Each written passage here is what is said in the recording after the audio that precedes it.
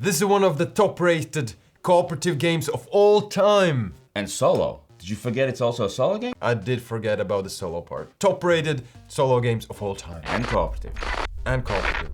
And solo. And solo. Both of those. This is the review for the board game Too Many Bones Unbreakable. The good and bad about it. This is the first game in the system that we've ever played. So mostly we will review the system in general, Too Many Bones, but also flavor in and add some spice about the Unbreakable. What is it all about? It's about you being a gearlock. What is a gearlock? I don't know, a hobbit? Dwarf? A creature in between? This little guy who knows magic, technology, and other things, and is fighting monsters in this underground world. So this is a cooperative game where you play few days, and in each day there will be an event, maybe a fight, and when you succeed or don't succeed, you go on to the next day, until a point where you reach the big baddie. If you defeat that baddie, you win the game.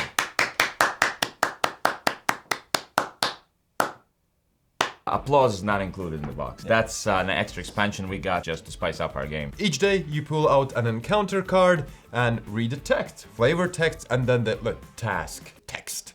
Task. And it will lead you either to some mini gameplay or to a fight. That's where the game is at. You will set up this little board with monsters and your gearlocks. In initiative order, you will take your turns, monsters will take theirs, and you fight this way until the battle ends with you defeating all the monsters, or all of you being not dead, but unconscious. There are different kinds of monsters, stronger and weaker ones, based on their baddie points. That's how they are called. It's official term. I know it sounds like something we would think of, but who's a real baddie? Who's a real baddie? And each baddie will have their special keywords with how they move, attack, what powers they have. They will have health points, these cool looking chips here, and initiatives. This is one Gearlock's board. It consists of your casual powers like defense, attack, dexterity, and your super powers. Super giga mega powers. Not official term. That is not official term. I think we have to explain every term now. Not official term, our term. So each player has their basic characteristics like health, attack, dexterity, and defense. Each of those corresponds to an action you can do. The more dexterity you have, you can move quicker around the map. Plus, dexterity lets you roll the dice. For example, if you have 3 dexterity, you can roll up to 3 dice. Or move 1 and then roll 2 dice. And these dice could be attacks or defenses that you mentioned, or your special skills. Super giga mega powers. Super mega giga powers. So each gearlock has their own special skill tree, which will unlock all their special dice. They're all different. None of these skill dice match with other gearlocks. It's one of the things that makes this game very unique. Gale can become an Iron Man and shoot air cannons if he upgrades 1 die. Other cool powers that actually unlocks the unique ways how you can maximize your character. Monsters will just move and punch you in the face, or just punch you in the face, or shoot their punches across the board at your face. They could also poison you. And then punch you and in then the face. heal themselves. And then punch you in the face. They will punch you either way. Pretty much so. When the fight is done, hopefully you successfully have won. You move on to the end of the round phase where you try to upgrade, you add new dice, you rest, you maybe open some loot that you have stolen or found, whichever term you prefer. And then you move on to the next day. And that's how it goes. Events, fights, upgrades, and having a blast. Or do you? I guess we'll find out. Because we're gonna talk a lot more about this game in this video, so we should jump to the first question, which is... Who would you get this for? 3, 2, 1. Too long, did read. Because this game is a lot about rules and text, just information. Each character will have their own sheet. You will have a cheat sheet. There's even a cheat sheet for all of the baddies and keywords here. Reading the rulebook is just the start of the reading. It's a big challenge. Yet, if you're okay with that, all of these texts and sheets unlock a beautiful game, a beautiful system that wouldn't work in any other way. If you see this and feel like challenge accepted, then this game is for you. Well, mine's essentially the same, solo leveling. I'm just using this term because there's some kind of manga or a book that's about leveling your character. I think solo is the most common way to play this and the easiest way to get this to the table. It also works great with 2 or 3 players. That's my preferred way to play. What are the 3 best things about this game? The board. Well, if you can call it that, it's just this mouse pad with holes. What? This is like 4x4 grid. What? You can barely move anywhere. How can this be fun? But you wouldn't believe that just adding some chips that can be flipped over to different terrain. I love this little board that is so compact, yet it feels like I am running across the battlefield or shooting from afar or just using the terrain to my advantage. I think this is amazing. And plus, obviously, this also includes these boards where you put your dice in and it feels like all those old RPGs I used to play where you develop something and then that unlocks something else and then you can use it. The iconography is really cool. I mean, those powers, you just look at the die and like, I don't know what it does, but it looks cool. How many other games can you pick up the board and the dice still stay there? I'd say none. On top of that, I will have components and setup.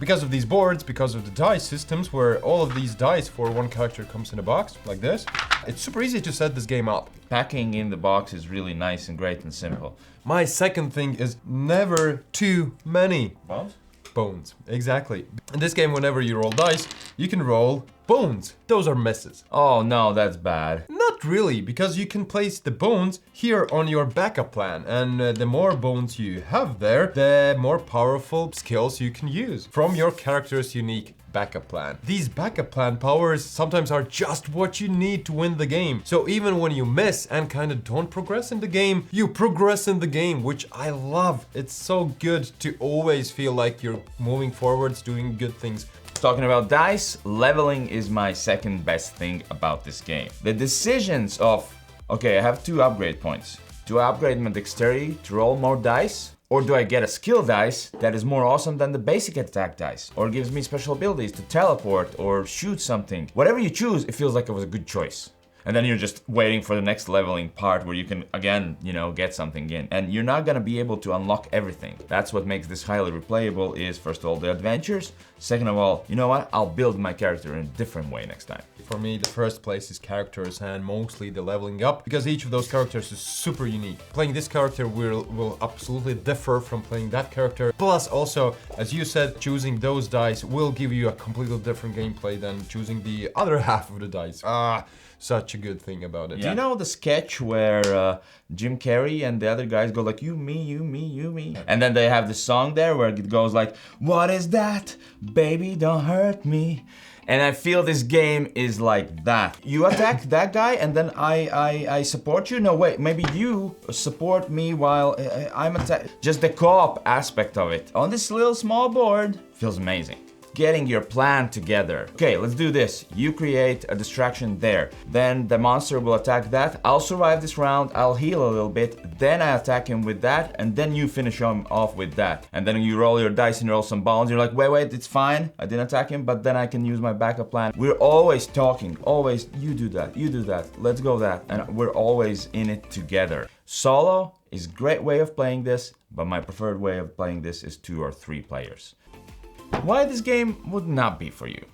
For me, number 1 is the time and also player count. As a cooperative game, this is amazing. 2, 3 players, great. 4, would never play it with 4 because it takes so much time. And one session takes, with, let's say, 3 players, roughly, what, 3 hours? At least, I would say 3 hours. And if you're just starting out, it will be most likely even more, because the most time you spend here reading it, figuring out, does this work like this? And if you're not somebody who can say just like, whatever, I'll take this one, then the first few games will be a nightmare. Dependent on you, on your situation, but this is not a cheap game. Small box of this costs over 100 euros, depending on the place and where you buy it. I'm not saying it's not worth it. Everything here is waterproof. It's packed to the brim. It's just that the money to spend to get this little box is not little. For example, these plasticky cards, I'm not sure I'm a big fan of them because they are slippery and all that, but cool. You will pay a lot of money for these cool looking components. Another thing is losing a day. I have 2 days off.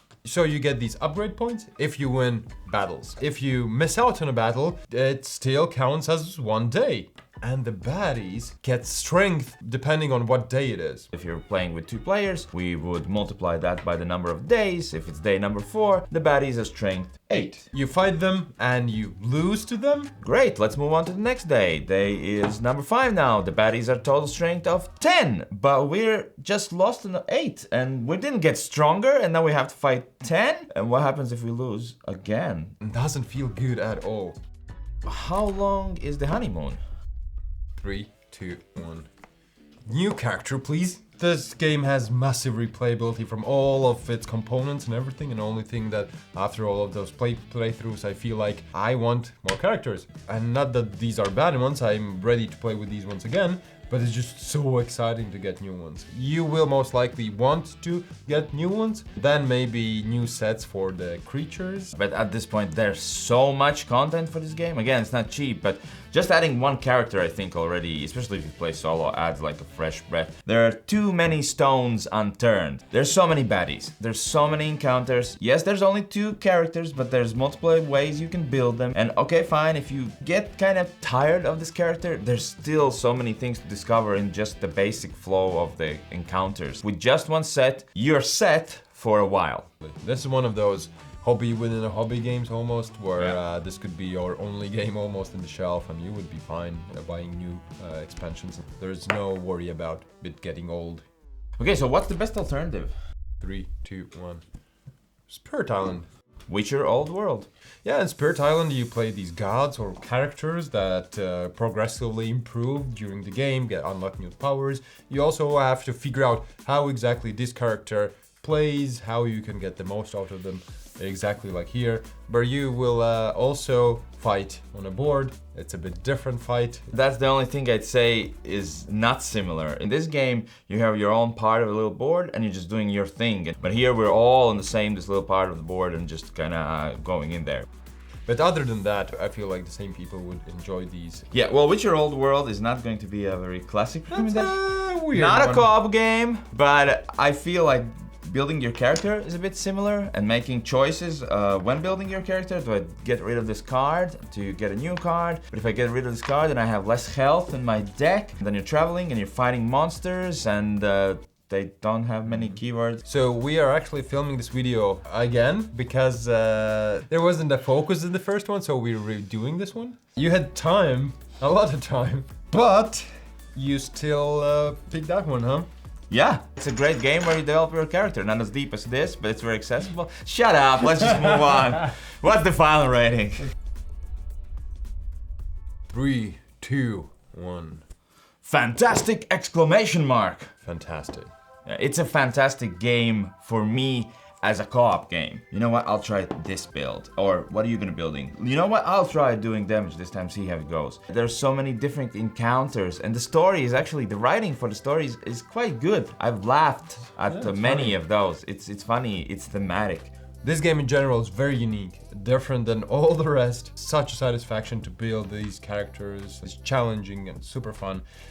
Yet it's quite tough to get to the table with more people, which I would prefer. I would prefer to play with this with more people. It's not an overly complex game. Yeah. There's just a lot of the game, like all these little moving parts and things. It's almost like an asymmetrical co-op game. Like these are the basic rules, but then you have your own thing that works differently from everything else. If you can climb over this barrier, then this is a fantastic and most likely even a must-have for you. Yeah. For me personally, I'm like, I want a new character now. I think the biggest compliment that we can give to games is that we're keeping this in our collections and we're gonna play it, tons of it, because this is really something up our alleys. Fantastic game. Love Too Many Bones. Have you played Too Many Bones? Should we get new characters and which ones? Don't forget to check out our Patreon or maybe becoming our YouTube member, because every month we put out a video just for our supporters. So what other bad alternatives could you give us? Keep the heroes out! Keep the heroes out, actually it's good. Just needed to film it 2 times and get to the end screen until you figure out one good alternative, huh?